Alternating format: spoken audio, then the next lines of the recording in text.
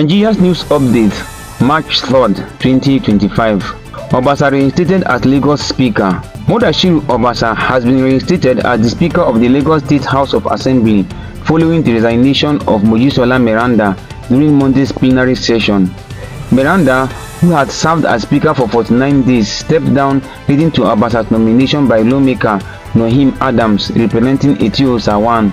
The motion was seconded by Akinsanya Nureni, and Obasa was subsequently sworn in.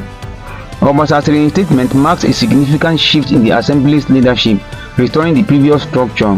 Following his swearing-in, Obasa adjourned the plenary indefinitely. Prior to this, Obasa was impeached on January 13, 2025 over allegations of gross misconduct and abuse of office, leading to Miranda's brief tenure as Speaker. Her resignation and Obasa's return have now reshaped the Assembly's leadership dynamics. Obasanjo offered 70 million naira bribe to lawmakers in 2006 for third-term agenda support, said Senator Adeyeye. Senator Olusola Adeyeye revealed that former President Olusegun Obasanjo allegedly attempted to bribe National Assembly members with 70 million naira each to support his failed third-term agenda. In an interview, Adeyeye detailed how lawmakers were pressured and financial incentives were offered to extend Obasanjo's tenure beyond 2007. He recounted how he was deliberately sent on a trip to China to keep him away from crucial discussions on the issue. While en route, he discovered the scheme and later exposed the bribery attempt. Adeyeye said a principal officer in National Assembly informed him that the proposed bribe was initially 50 million naira but later increased to 70 million naira. Fearing that Obasanjo might succeed, Adeyeye and other lawmakers intensified their opposition by rallying public support. Obasanjo's fourth-term bid, which sought a constitutional amendment, faced nationwide resistance from civil society, opposition parties, and even members of his own party. Despite intense lobbying and alleged financial inducement, the National Assembly ultimately voted against the amendment in May 2006, marking a major victory for Nigerian democracy. Adeyeye's account provides further insight into the political struggle that prevented an extension of Obasanjo's rule.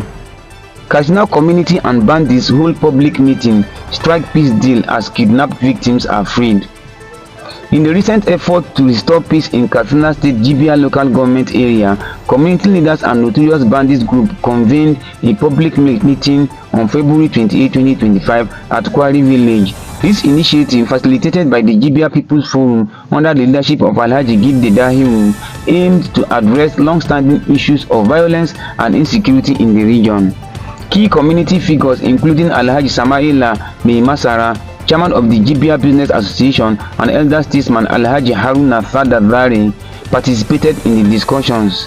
During the meeting, bandit leaders such as Abu Ragda and his associates Audu Lanke, Ori, Gila, Adamu, Gurubi, Nawagini, Umar Black, Marigial, and Aloda expressed their willingness to reconcile.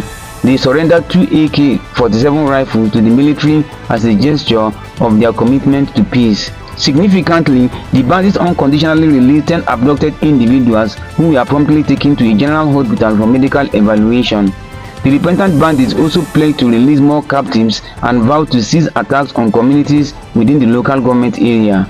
Sheikh Barrister Ibrahim Sabiu, a former secretary of the Islamic Justice Commission and a judge at the Katsina State Court of Reconciliation, emphasized that the negotiations were conducted under Islamic law to ensure lasting peace. Authorities have assured the residents that security monitoring and intelligence gathering will continue to ensure the stability of the region. The development marks a significant step towards peace in an area that has been plagued by banditry and violence, offering hope for lasting stability and security for the residents of Jibia local government area. ATMs loaded with cash as 100 naira withdrawal fee begins. The Central Bank of Nigeria (CBN) has introduced new ATM withdrawal charges effective March 4, 2025. While withdrawal from one bank's ATM remain free, using another bank's ATM now incurs a 100 naira fee for withdrawals of 20,000 naira or less. Off-site ATMs, such as those in malls and fuel stations, can charge an additional 500 naira per transaction. International withdrawals will be charged based on cost recovery. To prevent customers from incurring these extra fees, banks have stocked their ATMs with cash. Customers have expressed frustration over the additional charges, citing financial strain.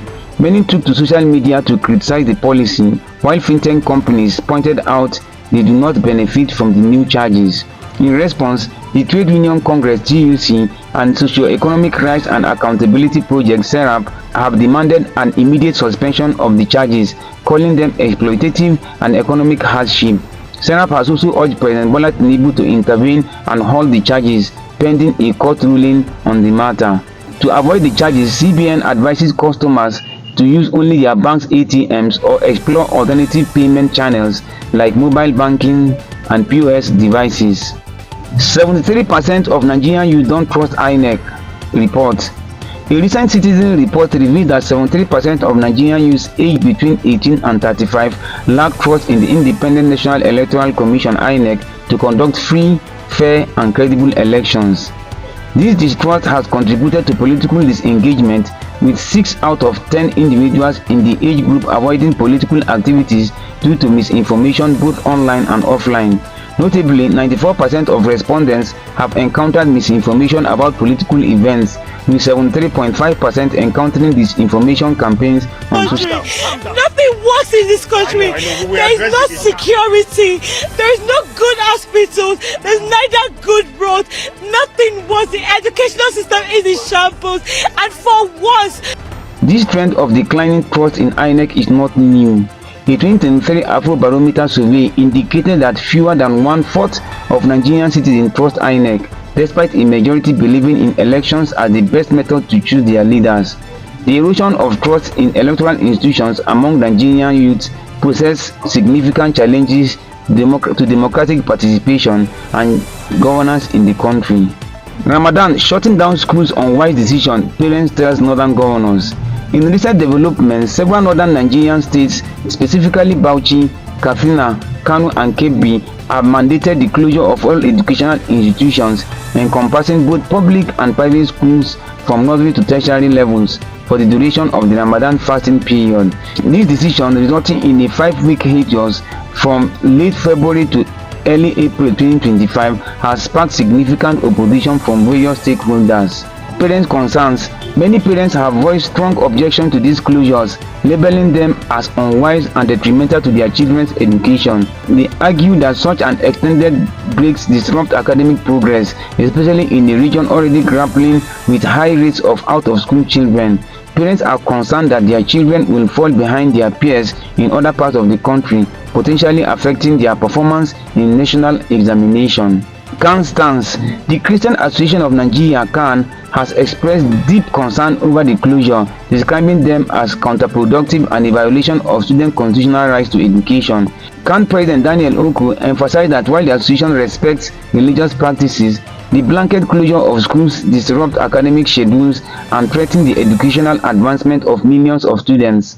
He highlighted that these states already face alarming rates of out-of-school children, averaging 44%, far exceeding the national average.